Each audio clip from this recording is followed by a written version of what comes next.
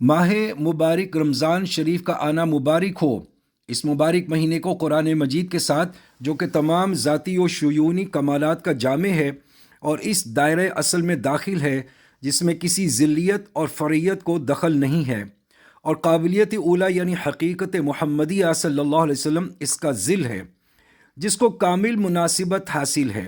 اور اسی مناسبت کی وجہ سے قرآن مجید کا نزول اسی ماہ مبارک میں ہوا ہے۔ آیت کریمہ: شہر رمضان الذی انزل فیہ القرآن، سورہ بقرہ آیت نمبر 185۔ رمضان المبارک وہ مہینہ ہے جس میں قرآن مجید نازل ہوا، میں اسی بات کا بیان ہے، اور اسی مناسبت کی وجہ سے یہ مہینہ تمام بھلائیوں اور برکتوں کا جامع ہے، اور جو برکت اور بھلائی تمام سال میں جس کسی شخص کو جس راستے سے بھی پہنچتی ہے، وہ اس عظیم الشان ماہ مبارک کی برکتوں کے بے پایاں سمندر کا ایک قطرہ ہے۔ اور اس ماہ مبارک میں دل جمعی کا حاصل ہونا تمام سال کی جمعیت حاصل ہونے کا سبب ہے، اور اس ماہ مبارک کا تفرقہ یعنی انتشار اور پراگندگی تمام سال کے تفرقے کا سبب ہے۔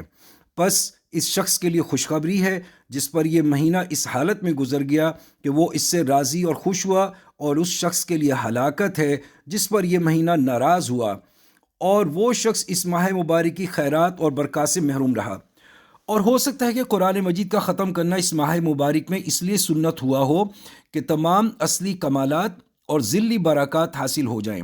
پس جس نے ان دونوں یعنی کمالات اصلی و برکات ذلی کو جمع کیا، امید ہے کہ وہ اس ماہ مبارک کی برکتوں اور نیکیوں سے محروم نہیں رہے گا۔ جو برکتیں اس ماہ مبارک کے دنوں سے وابستہ ہیں وہ اور ہیں، اور جو برکتیں اس ماہ مبارک کی راتوں سے تعلق رکھتی ہیں وہ اور ہیں۔ ہو سکتا ہے کہ روزے کے افطار میں جلدی کرنا اور سحری کھانے میں تاخیر کرنا افضل اور اولیٰ ہونے کا حکم اسی حکمت کی وجہ سے ہو، تاکہ دونوں وقتوں کے اجزاء کے درمیان پوری طرح سے امتیاز ہو جائے۔